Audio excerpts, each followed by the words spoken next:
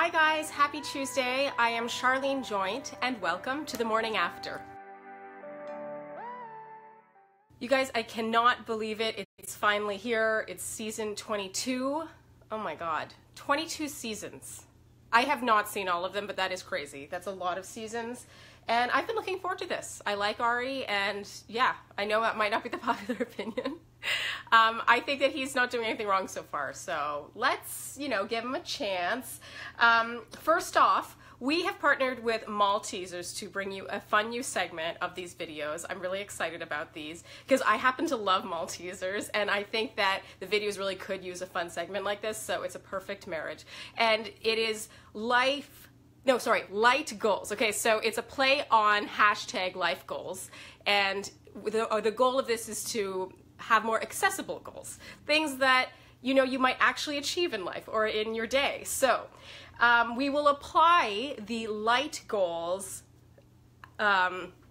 concept to each episode, and in each recap we will discuss this week's light goal. So my light goal, and you guys can share if you think you have a different light goal for this episode, please let me know in the comments, but mine is tied to Brittany's rather unexpected kiss with Ari.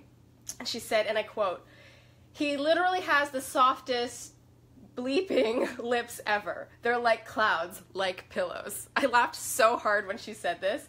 I mean, if that's not the best compliment you could hope to hear upon kissing someone, then I don't know what is. So my Maltesers light goal for the premiere is having someone describe your lips as pillows or clouds. So yeah. Okay, so I'm gonna go through in chronological order, starting with Sean's visit. The only thing I have to say about this is that it was funny when Ari said to Sean, "You've given a lot of guys advice." I thought this was hilarious because Sean is always like the sort of golden boy poster child for the successful Bachelor, so he's like one of very few, so it is sort of funny that they keep bringing him back on to give guys advice on how to be Bachelor. I thought that was really funny. Some intro videos that stood out. First, I feel weird saying this because she's so quickly the villain of the season, but Chelsea, I liked her intro video. She's a single mom, she seemed really down to earth and sweet and normal. And then, yeah, anyway, so I started out really liking her and thinking she was going to be one of my favorites. And then, another one that I liked is Mikkel. I thought that she was kind of fun and quirky. I like that she's, oh no, my buzzer! Oh, crap. Sorry, 1 second.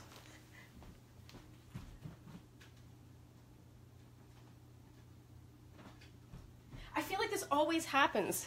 It's like I start the video and then things happen.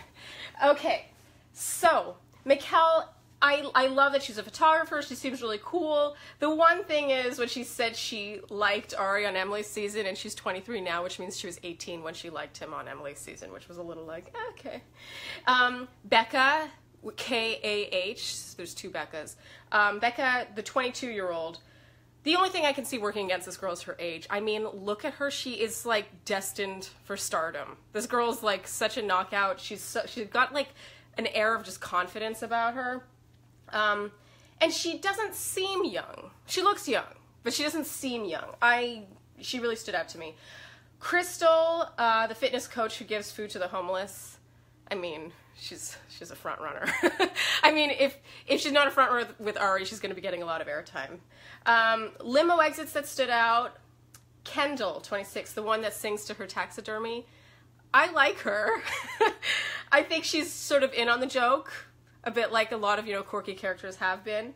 And I really like how in her limo exit she confessed to having nerves. And she looks like Evan Rachel Wood from Westworld, so I'm a fan. Cien. She seems so beautiful and cool. I liked the elephant cufflinks, and she tied that into "Come Find Me Later" with "Elephants Never Forget." I thought that was really cute. Crystal, again, I loved her little meditation moment, how she's like, let's stop and have a moment of gratitude. Some people could chalk that up to being cheesy, but I actually think it probably was welcome at the time, and actually she reminds me of a girlfriend of mine who totally does that with me all the time, and it did that with me on my wedding day, so I like Crystal. I think she seems kind of zen in a nice way. And Becca, again, with the Mustang. That was a nice touch. There's something about Becca that is like from a different time to me. I feel like if there was some teen remake of Grease, she would play Rizzo, and obviously she's got the hair, but she's just kind of like timelessly beautiful and just she's just cool. She's on a different level. There's something very, very cool about Becca. Okay, night one. I'm just going to point out a couple conversations. The first is with Chelsea. I loved that Ari said this.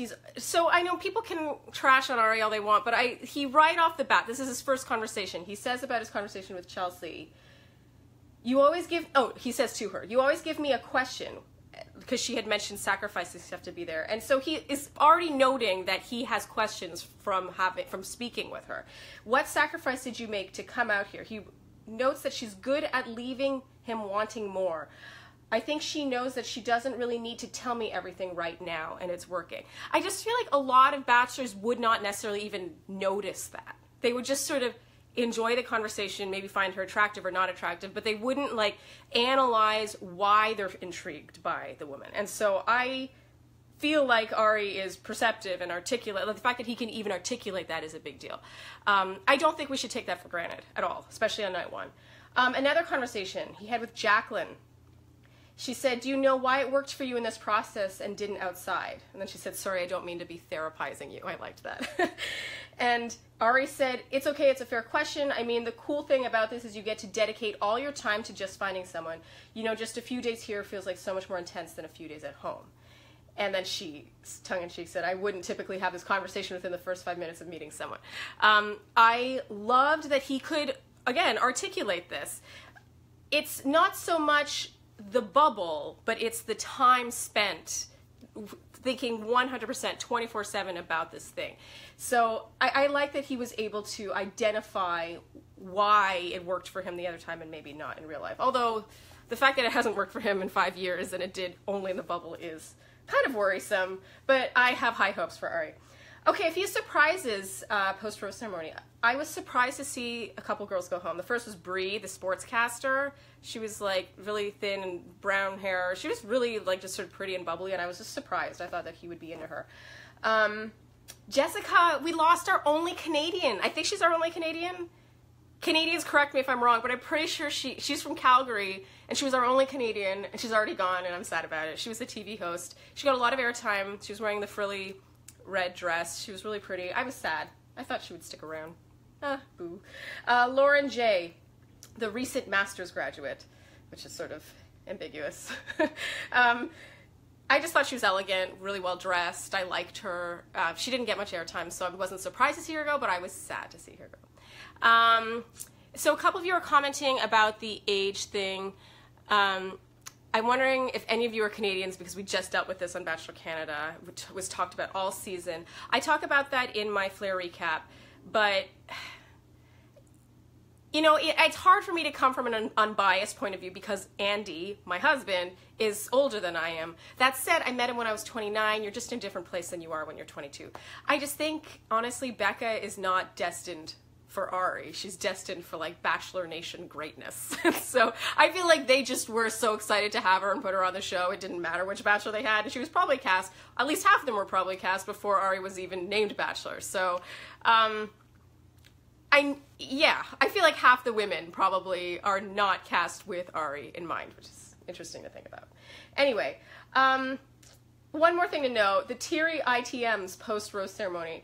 Can we talk about how it was fully sunlight? Like, usually it's like dawn, or they try to hide the fact that it's daytime and that it's been, you know, they've been filming for like 18 hours. I thought that was interesting, that they don't even hide anymore. It was fully, like, it was like noon. Okay, that's it for my premiere video recap. Be sure to check out my Flair recap. I will have a Pretty Pandas recap coming up later. And stay tuned. Next week's episode of The Morning After, I'll have more details. There's a multi-users hashtag Rose Goals Challenge, and so be sure to stay tuned to how to enter that next week. So yes, Flair recap, Pretty Pandas recap, and then Maltesers Rose Goals Challenge. A lot of things to think about. Bachelor season is in full swing, you guys. Yay, 2018. There's a lot to talk about. Thank you for tuning in with me. As always, ask me your questions. I love answering them. I love having discussions with you and keeping the conversation going. So yes, I will see you here next week.